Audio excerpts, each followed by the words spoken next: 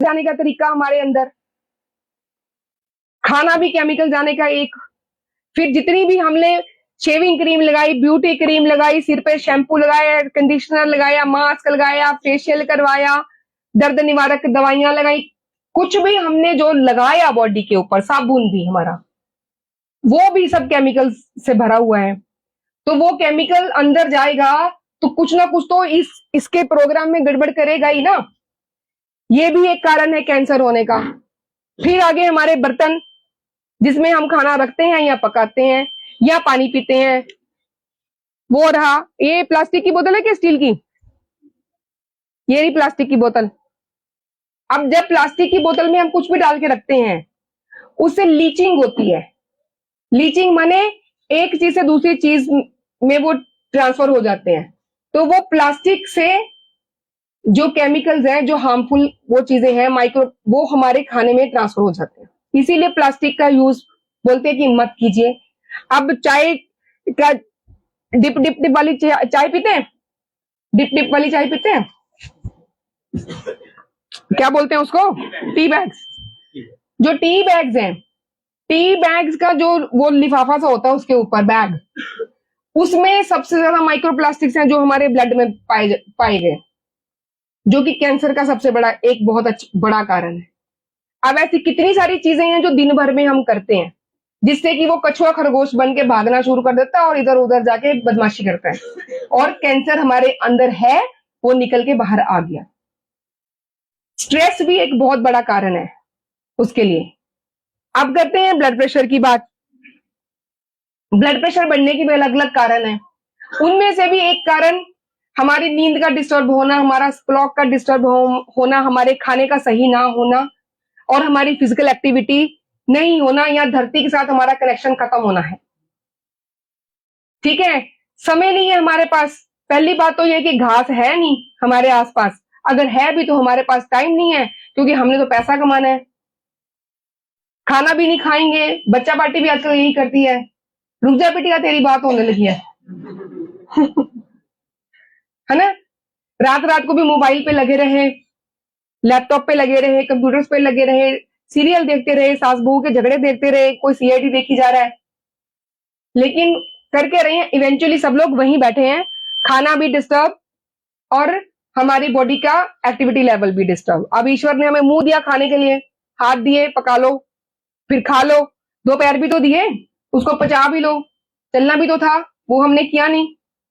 फिर सबसे बड़ी गड़बड़ हमने क्या करी कि हमारे लिए 24 घंटे दिन है, क्योंकि हम तो मनुष्य हैं, मानव हैं, हम तो सबसे ज्यादा ताकतवर इस दुनिया की चीज है जो भगवान ऊपर वाले ने बना दी। वो कोई भी हो, वो स्त्री हो सकता है, पुरुष हो सकता है, मेल है कि फीमेल है पता नहीं, है भी कि नहीं है मालूम नहीं, लेकिन हम तो बने ही हुए हैं ना सब लोग। तो हमारे पास इतनी ताकत आ गई कि हमने रात तक को कंट्रोल कर लिया कि रात ही नहीं होने देंगे, दिन ही रहेगा। तो ठीक है, कर लो दिन। अब दिन कर लिया, रात को भी 11-12 बजे तक हमारा दिन रहता है, क्योंकि पूरी पूरी लाइट रहती है। अब उस लाइट के रहते होता क्या है, उस लाइट के रहते, अब हम बात करेंगे थायराइड की, पीसीओडी की। ठीक है, उस लाइट का जो सिस्टम था पहले, अभी सूर्य निकलता है रोज,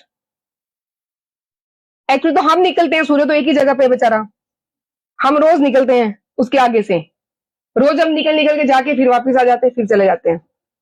चंदा मामा इधर छुप के बैठे हैं पीछे, रात को उनके दर्शन हो जाते हैं, सुबह सूर्य भगवान के दर्शन हो जाते हैं। ऐसे ही होता क्या नहीं? तो क्या होता है कि वो जो सूर्य की किरणें जब हमारी बॉडी पे पड़ती हैं, तो हमारे हार्मोन्स चेंज होते हैं। रात को नींद आई, बॉडी में मेलाटोनिन बना, उसने बताया सब सेल को सो जाओ। ठीक, सुबह हुई, दिन जैसे जैसे हुआ वैसे वैसे ही बॉडी ने कोर्टिसोल बनाने शुरू किए। एक्टिविटी करनी है, एनर्जी करनी है, काम में लगना है, हार्मोन्स दूसरे बनने शुरू हो जाएंगे। हमने ये सबसे पहले इसी को गड़बड़ कर दिया। अब हार्मोन्स गड़बड़ होंगे तो हार्मोन्स वाली चीजें भी गड़बड़ होंगी, थायराइड होगा, पीसीओडी होगी, फाइब्रॉइड्स होंगे, इनफर्टिलिटी हो जाएगी, फिर आईवीएफ करवाते फिरेंगे, है ना? और भी हार्मोन्स के लिंक्ड कितनी सारी प्रॉब्लम है। इंसुलिन का भी यही प्रोग्राम है। अच्छा, और एक मजेदार बात है। मजेदार बात यह है कि हमारे हर अंग के ड्यूटी आवर्स है। उसको पता है मैंने इतने बजे से इतने बजे तक काम करना है। ऐसा ऐसा उसको बनाया गया कि इतने बजे के बाद हम सो जाएंगे, हम नहीं करेंगे काम। आपकी टेंशन है, आप करते रहो ओवर वर्क, मतलब क्या बोलते हैं, ओवर टाइम। पेंक्रियाज हैं वो 8 बजे सो जाते हैं, तो 6 बजे तक खाना खाएंगे तो पेंक्रियाज 8 बजे तक उसको पचा लेंगे। अगर नहीं खाएंगे 8 बजे के बाद पेंक्रियाज तो सो गए, खाना कौन पचाएगा? तो वो ही खाना फिर ग्लूकोज बन के ब्लड में घूमेगा या फैट बन के जमेगा, कहीं ना कहीं गड़बड़ करेगा। तो इतनी छोटी सी बात कि हमने सूर्य के साथ जो हमारी बॉडी का एक यत पिंडे तत् ब्रह्मंडे, हमारे शास्त्रों में लिखा हुआ है, जो भी कुछ बाहर है वो ही सेम अंदर है। इसका इसका भगवान से कुछ लेना देना नहीं है। मैं साइंस की बात कर रही हूं, साइंस की बात कर रही हूं कि जो कुछ जैसा जैसा बाहर होता है, बाहर हवा चलती है, बाहर हवा है तो इंफॉर्मेशन ट्रांसफर हो रही है। हवा को निकाल दो, वैक्यूम, कोई सुन नहीं पाएगा, बोलते रहो जितना मर्जी। हवा है तो मूवमेंट है, एक चीज इधर उधर से हिलती है। हवा है तो चीजें सूखती हैं, ठंडक होती है। बॉडी के अंदर भी सेम है।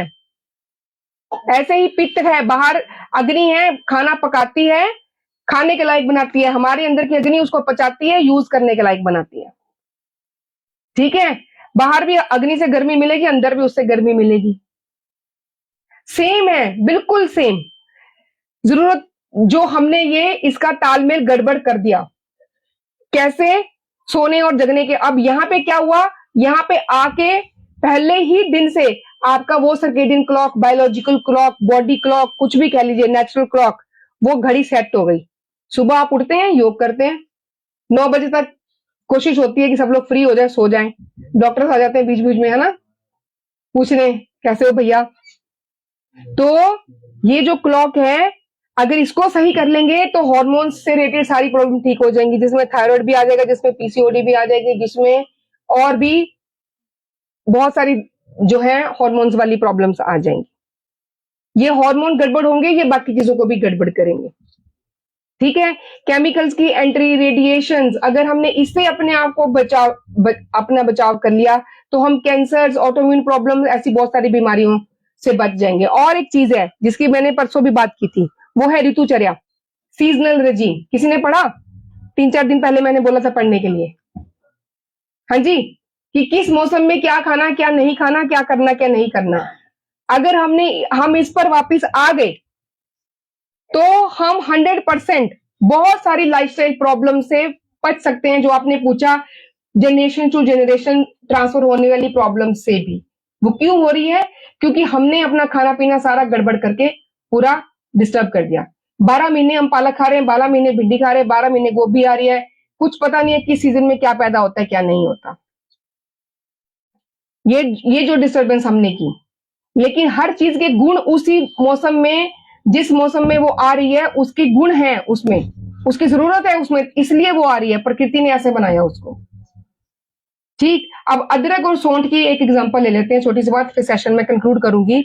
अदरक सर्दियों में निकल के आती है ना, सर्दियों में उसकी फसल आती है क्योंकि वो गर्म होती है, और उस समय हमारे शरीर में ऐसे चेंजेस होते हैं कि हमें अदरक की जरूरत है। इसलिए प्रकृति के रूप से ही वो तभी निकल के आता है और उसको तभी खाना चाहिए।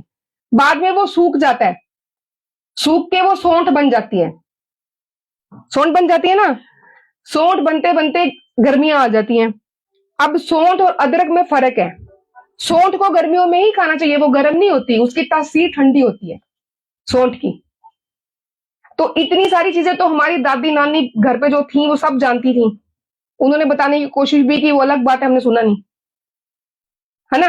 उनको दकियानुसी है, पिछड़ी सोच है, अनपढ़ है, पुरानी बातें हैं, आजकल नहीं ऐसे होता, क्योंकि हम तो रोबोट हैं, है ना। हम नेक्स्ट लेवल जनरेशन है, हम तो अदर डायमेंशन के लोग हैं, हमें तो वो सारी चीजें आएंगी नहीं।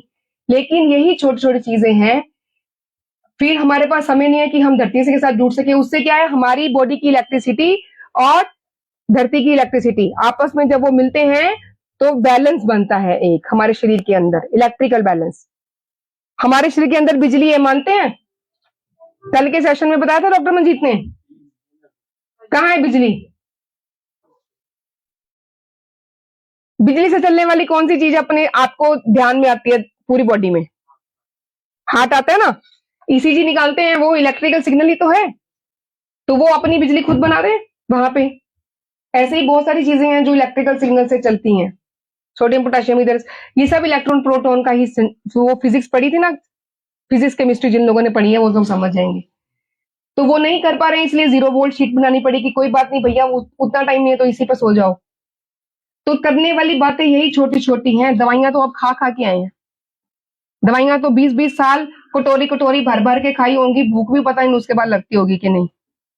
तो चाहे ब्लड प्रेशर हो, चाहे शुगर हो, चाहे थायराइड हो, चाहे कैंसर हो, चाहे ऑटोइम्यून प्रॉब्लम हो, चाहे कोई भी दिक्कत हो, सबसे पहला काम क्या करना है? क्यों हुआ ये जानिए, उसको करेक्ट करना। अगर हमारा लाइफस्टाइल गड़बड़ है तो उसको ठीक करना, खाना ठीक करना।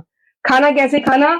सीजन के हिसाब से खाना, और लोकल फूड खाना, जहां हम पैदा हुए, प्रकृति ने वहां जो तेल उगाया उसी में खाना बनाना।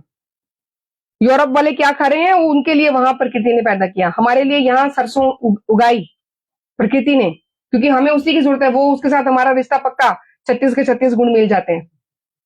ठीक है, जो खाना यहाँ पैदा हुआ, जिस सीजन में आया, लोकल, सीजनल और फ्रेश, जब खाना है तभी बनाएं और तभी खाएं। तो इतनी छोटी छोटी सी चीजें हैं। सूर्य के साथ अपना रिश्ता वापस करेक्ट कीजिए, धरती के साथ कनेक्शन वापस बनाओ। नहीं तो कोई पेड़ ही पकड़ लो, पेड़ को पकड़ने से धरती में बैठने सेम इफेक्ट है, उससे भी ठीक हो जाएगा।